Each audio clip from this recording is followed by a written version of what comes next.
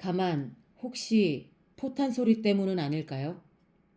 김이 낚싯바늘을 바꿔 끼우는 것도 잊어버리고 말했다. 포탄 소리가 왜요? 두 분도 같은 꿈을 꾸셨나요?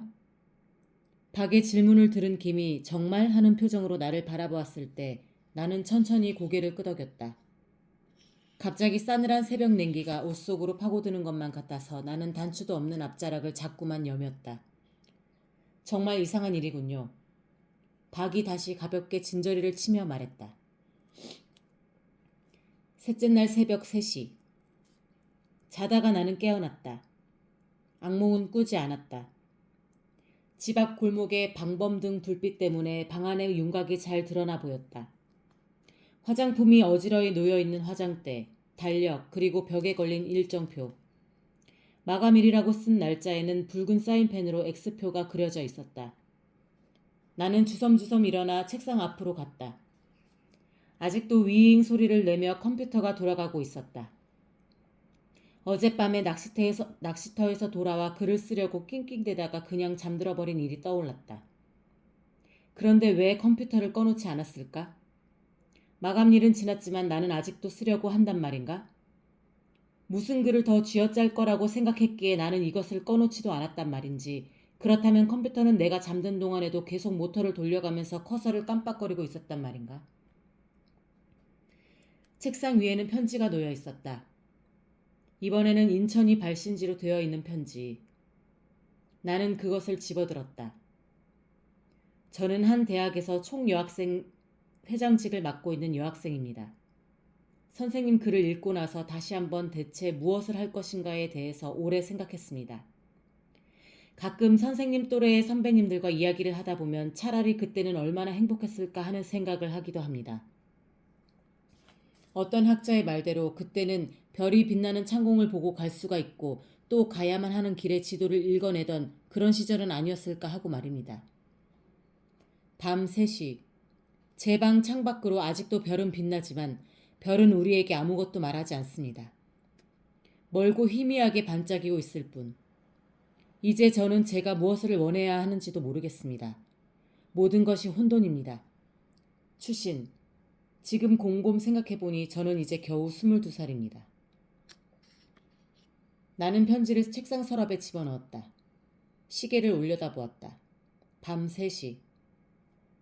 무엇이 이 밤에 독자들로 하여금 얼굴도 모르는 내게 자신의 이야기를 털어놓게 하는지, 무엇이 후배로 하여금 소설이야말로 잡문이 아니라고 그토록 결연히 선언하게 하는 것인지, 대체 무슨 헛개비가 노동소설을 쓰던 그 소설가로 하여금 5년째 같은 소설을 고치고 또 고치게 하는지, 시궁창에서라도 다시 시작해야 한다고 속삭이게 하는지 나는 알 수 없었다. 더구나 잠에서 깨어난 나를 마치 아주 중요한 일을 하지 못하고 깜빡 잠이 들었던 사람처럼 허둥지둥 일어나게 해서 컴퓨터 앞으로 밀어붙이는 것일까. 이 밤, 이 캄캄한 밤 3시. 나는 다시 컴퓨터를 마주보았다. 길쭉하고 네모난 커서는 연신 깜빡이면서 내게 말하는 듯했다. 길을 찾아봐. 찾을 수 있다. 없다. 있다. 없다. 있다. 없다. 있다. 나는 의자를 돌려 깜빡이는 커서를 외면하고 일담한 책을 집어들었다. 때로 글쓰기가 힘겨울 때 글 읽기처럼 쉬운 도피는 없었다. 몇 달 전에 사놓고 반쯤 읽은 책은 그런대로 편안했다. 하지만 구호야말로 작품이라고 생각하는 세대들이 있다는 글귀가 불현듯 눈에 들어왔다. 문학주의와 운동주의에서 갈등하느라고 그나마 여유가 있었던 유신 세대도 아닌 사륙과 절망의 광주 세대의 이야기를 4.19 세대인 평론가는 6.25 세대이자 월남 세대인 한 노작가와의 대화를 통해 간결하게 적고 있었다. 살육과 절망뿐인 세대거든요. 광주 세대에겐 문학이란 무조건 타기해야 될 것이지요. 나는 급하게 책을 덮었다. 정말 사륙과 절망만이 가득 찬 글을 읽고 난 뒤처럼 몸이 부르르 떨려왔다. 언젠가 한 기자와의 인터뷰에서 나는 말한 적이 있었다. 예, 저는 81학번입니다. 우리가 입학했을 때 이미 광주는 끝나 있었지만 우리는 한 번도 광주를 끝낼 수는 없었습니다. 그러니까 말하자면 저희는 광주 세대라고나 할까요? 지난 10년 우리에게는 참 많은 일들이 일어났더랬습니다. 하지만 이제 저는 그만 80년대에서 벗어나고 싶어요.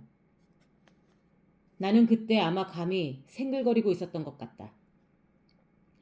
그러자 한 소녀가 울었다. 술자리에서 우연히 만난 통일의 꽃이라 불리는 그녀는 내가 그녀의 오빠이자 나의 동기였으며 군대에서 의문의 죽음을 당한 한 청년의 이야기를 꺼내자마자 울기 시작한 것이다. 그녀를 우러러 보던 다른 후배들이 갑작스러운 그녀의 울음에 몹시 당황하고 있었다. 그녀는 말했다. 감옥에서 나와보니 아무도 오빠 이야기를 하지 않아요. 난 다들 오빠를 이제는 고만 잊은 줄만 알았는데. 나에게 있어서 그녀는 눈물을 떨구던 그 순간에 피어나는 것만 같았다. 그녀는 이제는 아무도 기억해주지 않으려는 오빠를 오빠의 죽음을 기억하고 있기 때문에 그래서 더욱 꽃인지도 몰랐다. 눈물을 떨구고 피어나는 꽃.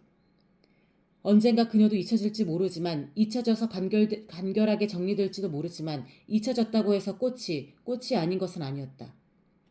꽃잎이 지고 나서도 뿌리와 줄기와 싱싱한 이파리가 남아있는 한 아니 그 이파리마저 지고 흰 눈에 덮여 줄기의 형체조차 희미한 겨울날에도 우리가 장미를 장미라고 부르듯이 말이다.